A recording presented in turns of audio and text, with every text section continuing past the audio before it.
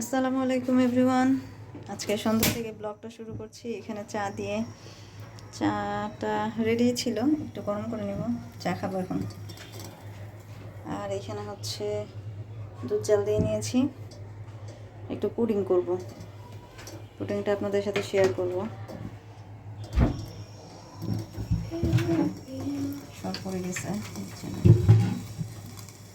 খেলাটা দেখে সেই লাগলো।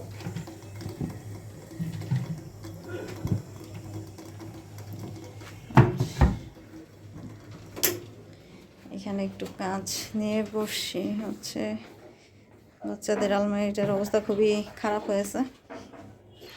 আজান ঘুম থেকে উঠে গেছে, এখন নিরীহ বাচ্চার মতো বসে আছে। আর এখানে এই যে এলোমেলো অবস্থা আলমারির, এটা গুছাবো, গুছাইলেও থাকে না, একদিন দুই দিন পর পরই গুছাইতে হয়, তারপরও এলোমেলো হয়ে যায়। আজকে এই পর্যন্তই। না না, আপনাদের সাথে হচ্ছে পুডিংটা শেয়ার করবো, তারপর রাখি। ঠিক আছে, পরে আসছি।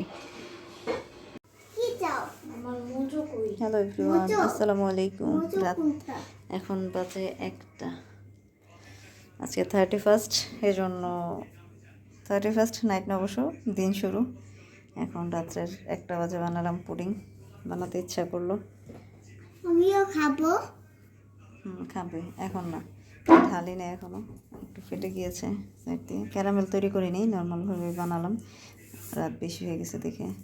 কেমন হয়েছে জানি না। চলেন কাটছি, ঢালি, কাটি, তারপর দেখাচ্ছি কেমন হয়েছে। এটা হচ্ছে পুডিংয়ের ফাইনাল লুক। পুডিংটা বেশি একটা ভালো হয়নি, কারণ দুধটা ভালো ছিল না, একেবারেই পাতলা, এজন্য পুডিংটা এরকম নরম হয়ে গেছে।